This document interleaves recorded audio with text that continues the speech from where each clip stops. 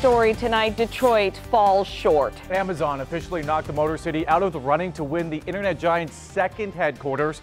Out of the 238 proposals, Amazon narrowed the list out of contenders now to just 20 names. Detroit didn't make the cut. However, in the Midwest, Chicago, Columbus, Ohio, Indianapolis, and Pittsburgh were the only cities to grab a spot. And this is a huge blow to our city. We were so hopeful. So we ask now, what went wrong? Was it the building site we offered?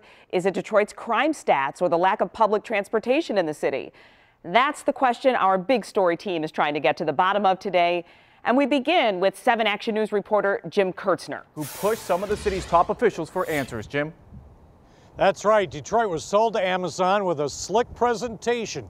This thick, detailed book as well as a video. We are the Motor City. We still have the big three, General Motors right behind me.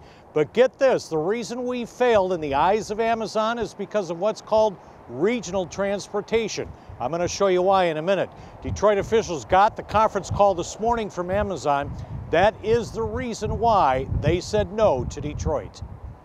They talked about more of the kind of amenities that we needed to be able to attract folks from other places, and they specifically brought out transit. Transit was an issue for them. You move the world.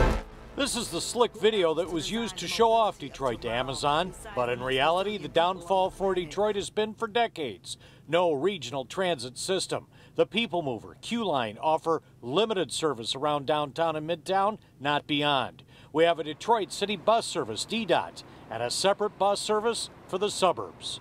You know, most effective regional transit systems have a unified system, so there's really no longer a hostage exchange at some arbitrary municipal boundary. The cities that make the Amazon cut of its 20 cities are meeting or will meet regional transportation expectations. If you looked at the list, what you would see is you'd see places with either a robust transit system or folks that have plans for a robust transit system. Many financial analysts rank cities. CNBC gave Detroit an overall grade of C+, while Chicago and Newark got a D+.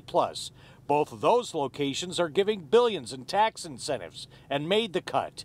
Detroit did too, but we are not being told how much was offered. What was our tax incentive dollar amount? It's not my number to share. I mean, so that's a state number. Now, Amazon does have a presence here in downtown Detroit. In this riverfront building, 100 people work on 2 floors. And Detroit leaders say they are working to improve regional transportation. They could have a proposal for us, the voters, later on this year. So what else does Detroit need to do to attract a major company like Amazon? My colleague, Jennifer Ann Wilson, went around town to get some answers, and we're asking you to vote. So far, many people say they're disappointed, but we are not defeated because everywhere you look is the spirit of Detroit continuing to rise.